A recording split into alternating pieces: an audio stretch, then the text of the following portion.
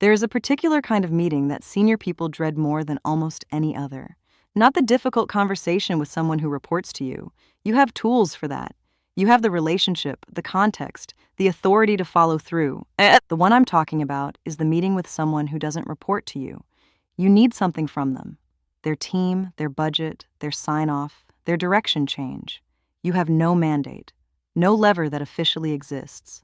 And you walk in knowing that everything you say is going to be processed not as leadership, but as a request from a peer who wants something. Most people in that room try to persuade. That is the mistake. I'm Ira, and what I want to decode today is why persuasion fails in that room and what actually works instead. When you lack formal authority, the instinct is to compensate with helpfulness, with a very well-constructed case, with the vision of what's possible if they come on board. You make yourself agreeable. You make the ask feel collaborative. You signal, carefully, deliberately, that you're not a threat. The other person reads all of it as interference, because that is what it is, a peer arriving in their space with a goal that serves your agenda, and asking them to take on work, risk, or change because you framed it compellingly. Helpfulness without authority reads as neediness. A compelling case without leverage reads as pressure. Neither changes what the other person fundamentally wants to do. And what they fundamentally want to do is protect their own priorities, their own metrics, their own capacity. I once watched someone spend a significant amount of political capital building the perfect case for a cross-departmental initiative. Every stakeholder consulted, every objection pre-answered, every concern addressed before it could be raised. The initiative died in the first real meeting with the one person who hadn't been persuaded, because that person's actual problem was never part of the conversation.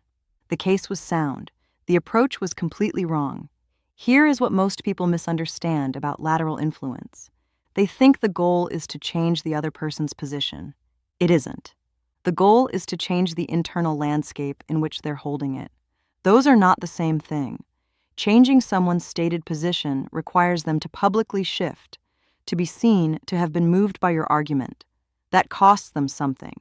It requires an admission, however small, that their original position was incomplete, and people at senior level are extremely reluctant to pay that cost in front of peers.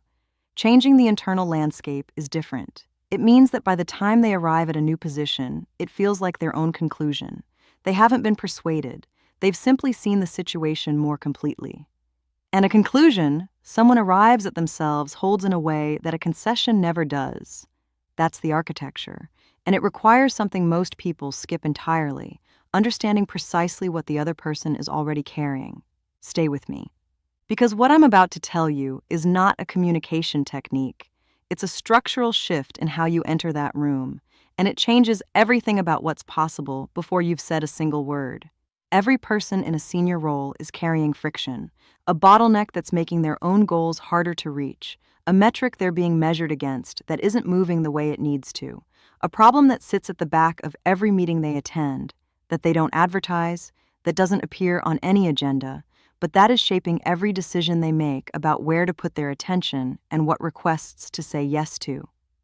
That friction is the most important piece of information in any lateral influence situation, because if your goal, the thing you need from them, genuinely addresses their friction, you stop being a peer making a request. You become a resource arriving at exactly the right moment. The conversation shifts from, "Why should I help you?" to, "How quickly can we make this happen?" The question that most people bring into that room is, "How do I convince them?" The question that actually moves things is, what problem are they already trying to solve? And how does what I need map onto that? The easiest way to find someone's real friction is to ask them what's going well. Whatever they don't mention, that's where the problem lives. I want to be precise about what this is and what it isn't. This is not manipulation. It is not reframing your goal to sound like their goal when it isn't. If the genuine intersection between what you need and what they're carrying doesn't exist, that tells you something critical. Either you're asking for the wrong thing, or you're asking at the wrong time, or you're asking the wrong person. The absence of intersection is information. Act on it. What I'm describing is the discipline of genuinely understanding the other person's situation before you enter the room with yours, not as a tactic, as a prerequisite. There's a second dimension to this that operates in parallel, and it's one that most lateral influence conversations completely miss.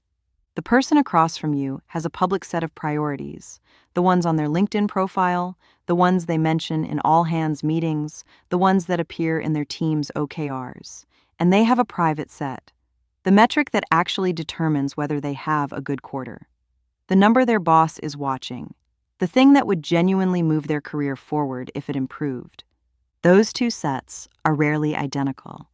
When you align your request with the private metric, the one that matters to them personally, not just organizationally, the dynamic shifts completely.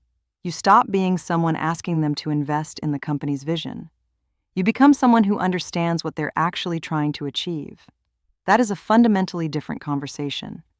And the way you find the private metric is not by asking for it directly. Nobody tells you what they're privately measured against. You find it by watching what they defend, what they push back on hardest, what they reference when they're explaining why something is complicated. The private metric shows up in the resistance, not in the stated priorities.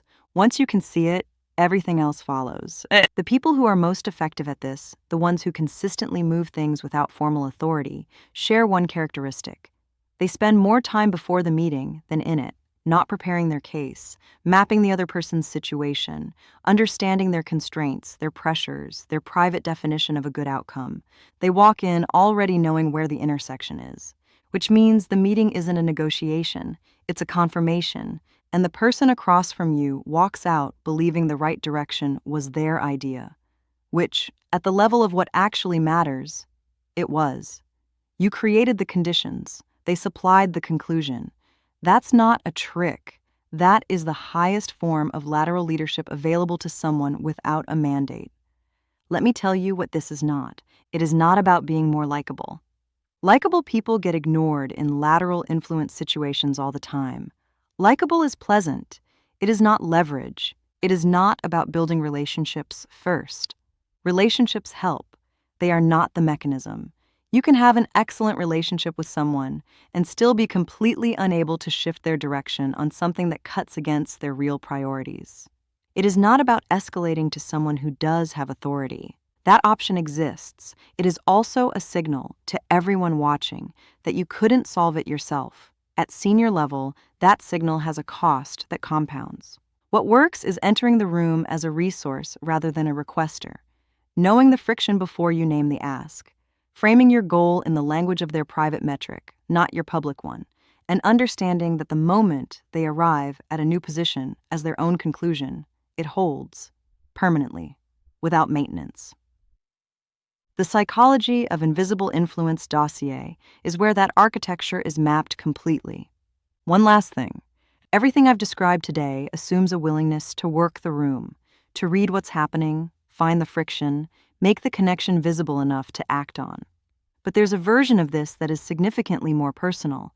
The high performer who has built everything they have, every room they've earned access to, every relationship that matters, without the social performance most people assume is required, who never plays the game the way the game is supposed to be played, and wins anyway. That's where we're going next.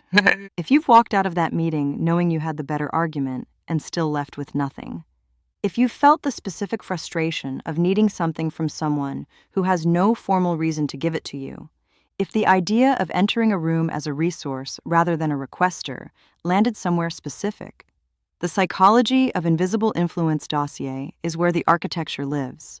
Click the first link in the pinned comment, tonight, right now.